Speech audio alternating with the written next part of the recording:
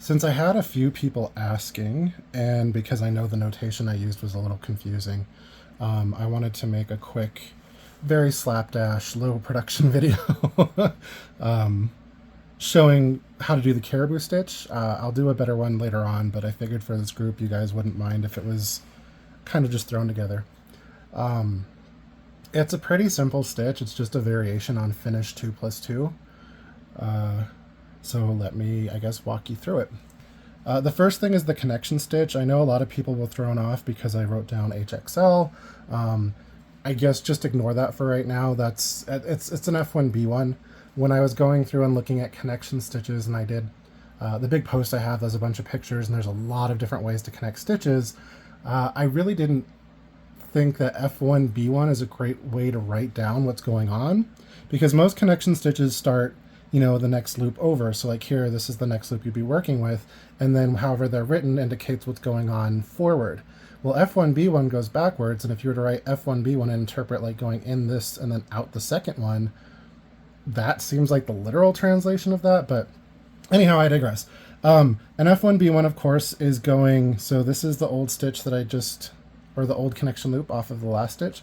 So you go into the next one, you're going forward to back, and then you swing back and come back in. This is why I was writing it as HXL, which is horizontal X left, because if you do it right, there's a nice little X that shows up because of the two different loops and how they're overlaid. So that's your connection stitch. HXL F1B1. The next part, oh, and I should know, I'm a picker, so I use my needle to take off the active loop, the one that's going into the stitch. A lot of people don't do that. A lot of people just pull their thumb back and drop it. Also, there's people that work flat. I don't have the skill set to show how to do flat Nalbinding. I'm not great at it. If anybody else would like to translate this to that and show, like, by all means, you have my blessing. But I'm just working with off the thumb because that's what I do, and I'm a picker. So I take the active loop off with this. So as the notation says, there's going to be 2 loops on your thumb. So there's the 2 there. This is the active loop, so I pick it off with my needle, and then I pick up one more back here, so I've got 2 back loops. So there's F2 plus 2, right? And then this is pretty simple, not too dissimilar from the finish 2 plus 2. You come back around, but rather than going under both of these loops on your thumb, you're only going to go under this first one. When you're looking at it, it'll always kind of look like this because you're going to constantly be weaving. That last, this is the active strand that goes to your needle, is always going to go over that strand when you get to this point. It'll make sense at the end. I'll just kind of do it without talking. But when you come back around for the return pass, you're just going to pick up that first, just the one. You're not going to pick up the second one, just that first one. And then you want the thread that goes to your needle to go over it as well. This isn't a plated stitch, it's a normal-ish stitch as far as this last part is. So you pull that over, and then you pull your needle through. The motion of it is pretty simple, so we'll go over it again. This is going to be an F1B1 or an HXL.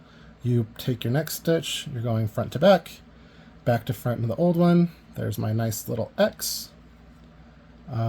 Get your setup however you get there. Like I said, I'm a picker, but if you drop them, whatever.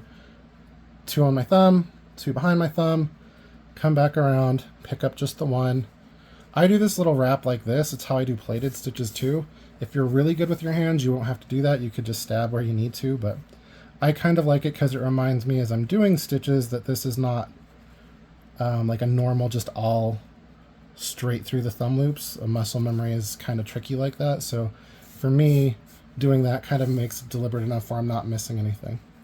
But yeah, this is Caribou. It's not too difficult to do. I don't know if it's awkward for people that have other hand movements they use. But I don't know. I thought it was just about as simple as finish 2 plus 2. I'm going to do a few more stitches just so you can see. Again, this is all speaking from the perspective of somebody who works off of their thumb. Not everybody does this, but there's a lot of other extra hand movements that can go into working a stitch than just where your needle's at. For example, a thing I use a lot, and I'll show you when I get to it, is this backhand and these fingers. Like, I stretch the fabric or pull it into place quite a bit with just a simple like this motion. And that helps like slide a lot of stitches into place and a lot of loops into place as you're working, particularly when you're working faster. So like in particular, I nib that right there and I push through, but then when you pull right here, it kind of sets everything into place where it needs to be. It also tensions all of your loops as you're making them, your stitches, to the size of your thumb, so they come out pretty uniform. But yeah, this is, I don't know, this is it. It makes for a really cool fabric. I like it quite a lot. There's a lot of kind of stretch horizontally because the F1 B1 pickup, which is the same as used in like cross knit looping, works quite a bit more like knitting than other Nalbinding is, which I know is like dirty words, but that adds some of the stretch I've found as I've experimented and tried different stitches. Some of the horizontal stretch comes out when you use that kind of a connection because it's structured differently than like an F1 or an F2. It does make the back look a little different, and I'll show you. I've got my hat over there. I'll show in just a second of what it acts like. But it makes for a fabric that kind of acts a little differently than a lot of other stitches, and it's just kind of nice looking in my opinion. Hopefully maybe that's given you an idea of how this works. Everybody works Nalbinding a little differently, so you'd have to maybe translate it to your style, but this is the gist of it.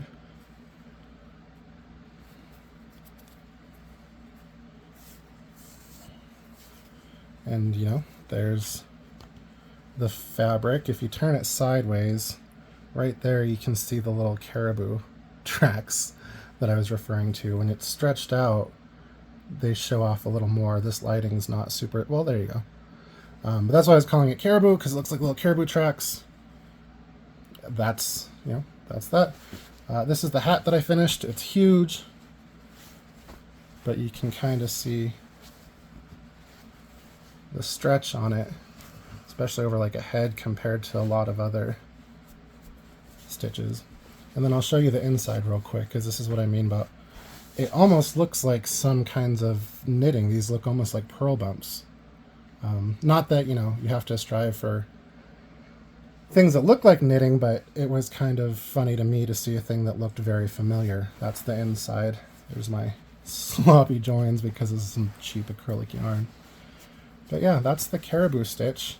I hope maybe this is helpful for people that wanted to give it a try. I would love to see more people work with it.